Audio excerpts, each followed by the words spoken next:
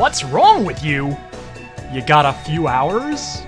This man, that's right, I said man and I mean man, is so high up on the list because, quite frankly, there is no medical term for what is wrong with him. Tsubasa Kurenai is an undiscovered treasure trove in the world of mental illness. First off, let's address the obvious. He is a transvestite. A very convincing transvestite, I might add. Which might be more understandable if he were a homosexual male looking to play the part of the female. But in truth, not only is he heterosexual, but he has raging, out-of-control hormones, and he chases around women looking to start something kinky.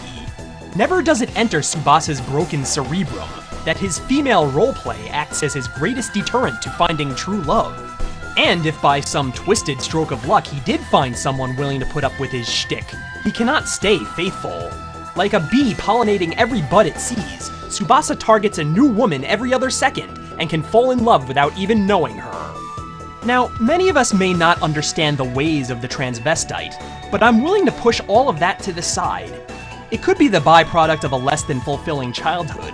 It could stem from an unsatisfied need. It could be just out of sheer comfort or rebellion against the norm. Take his transvestitism out of the question, and Tsubasa is still a nutjob. When he's not wearing lipstick, dresses, and hair extensions, Tsubasa is dressing up as inanimate objects, like garbage pails, vending machines, mailboxes, etc. One can only imagine what his wardrobe closet must look like. He does this mostly to spy on his potential conquests, and should he get angry, he runs headfirst at his victim and tries to crush him. There is no correct vernacular for this mental malady, but for now let's just call it transmogvestitism. Now, allow me to wrap this up because I'm getting carried away. Whether he's dressing up as a cute little lady chasing cute little ladies, or dressed up as a one-eyed umbrella thing hopping through the rain, this guy could keep all the king's horses and all the king's men guessing from now to eternity.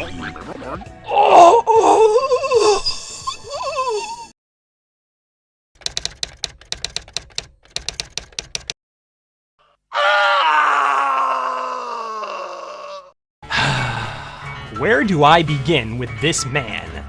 The man who has actually been dubbed within the series as the Macadamia nutjob, Principal Kuno. Quite honestly, his is a personality that is hard to wrap your head around. If I may cite some examples.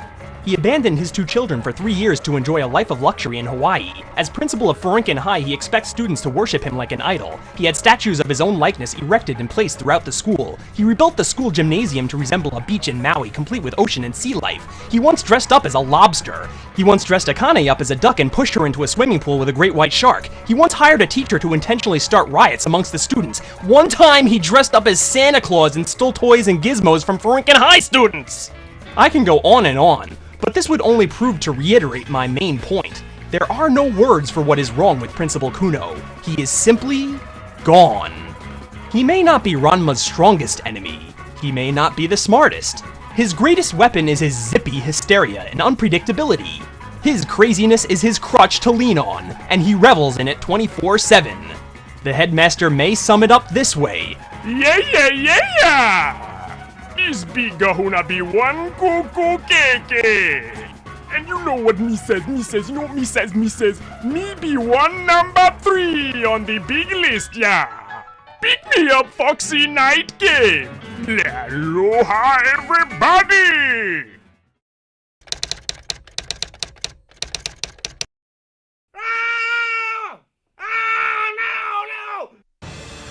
Deeper and deeper we spelunk into the endless crevasse of human neurosis. We find ourselves immersed in a dark abyss so black, not a gleam of light shines through.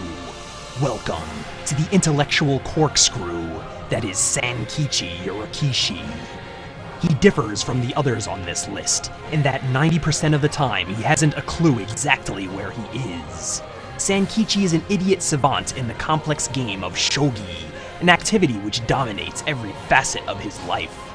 It would be accurate to say that Sankichi's brain was missing a few nuts and bolts from the beginning, but his mental state took a nosedive after he lost an important game and became estranged from his wife.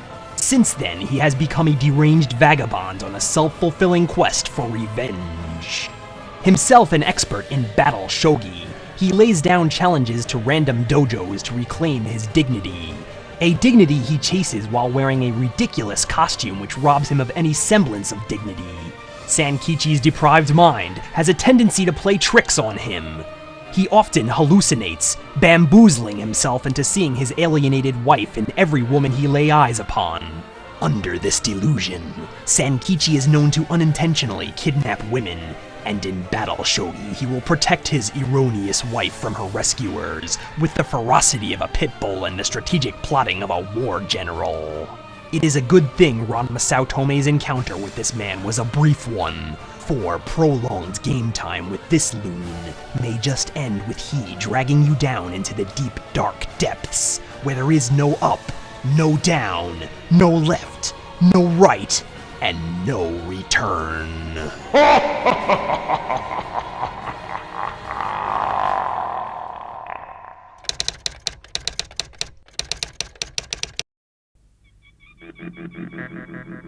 And now, the number one nut job of Ranma 1/2. I'm sure most of you saw this coming. In fact, this top 10 had such a clear-cut winner, perhaps this video didn't need to be made. From the top of the Insano-meter to the top of this list, it's the most annoying, hyper, immature anime character to hit the screen since Seiko.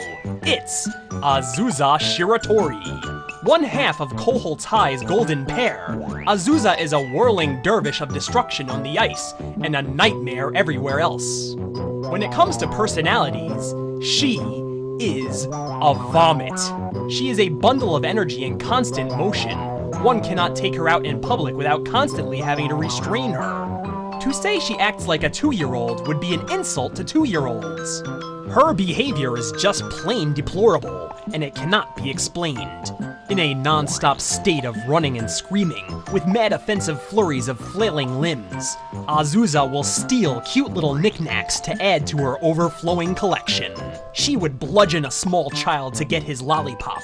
She would chop block an old granny and steal the wig off her head. She has shattered storefront windows. She has kidnapped people's pets. Never does it dawn on her that these things do not belong to her. She figures she is entitled to all things cute. It's kleptomania to the nth degree. A root cause could be her extravagant lifestyle. Non-stop pampering, butlers and servants waiting on her hand and foot, powdering her diaper rash for her. Her life as a teenager is the same as it was when she was a little baby, and her brain hasn't matured one iota. On top of all that, she is screechy, impulsive, violent, and her attention span is nil. Now, to those of you out there who may disagree that Azusa does not deserve the number one spot, that there are other characters crazier than her, take a good hard look at the other characters on this list.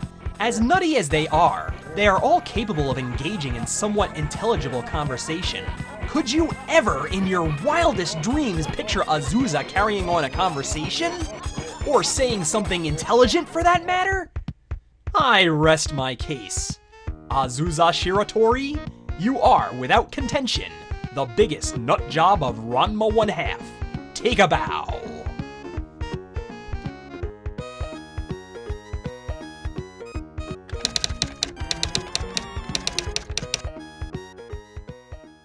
Now, before we say goodbye to the inmates of Nerima Asylum, let's take one last peek into the rubber room and see those who came just short of the top 10.